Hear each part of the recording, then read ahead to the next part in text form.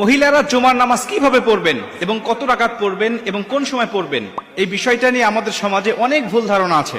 অনেকেই বলে যে মহিলারা জুমার নামাজের মতো 2 রাকাত আদায় করবে। অনেকেই বলে না, জোহরের নামাজের মতো 4 রাকাত আদায় করবে। আবার কেউ কেউ বলেন যে মহিলারা জুমার নামাজ পড়বে, কিন্তু জুমার নামাজ যখন মসজিদে হবে, এই মসজিদের নামাজ শেষ না হওয়া পর্যন্ত তারা বাড়িতে নামাজ পড়তে পারবে না। মুসল্লিরা যখন নামাজ শেষ করে বাসায় আসবে, তখন মহিলারা বাসায় নামাজ আদায় করবে। আবার অনেকেই বলে না, মসজিদে নামাজ শুরু হওয়ার আগে বাসাতেই মহিলারা আগে নামাজ পড়ে নিতে হবে। এই বিভিন্ন ভুল ধারণা আমাদের সমাজে প্রচলিত আছে এখনো গ্রামগঞ্জের মধ্যে। আমি এই বিষয়টা হাদিস থেকে আপনাদের ক্লিয়ার করতে চাই।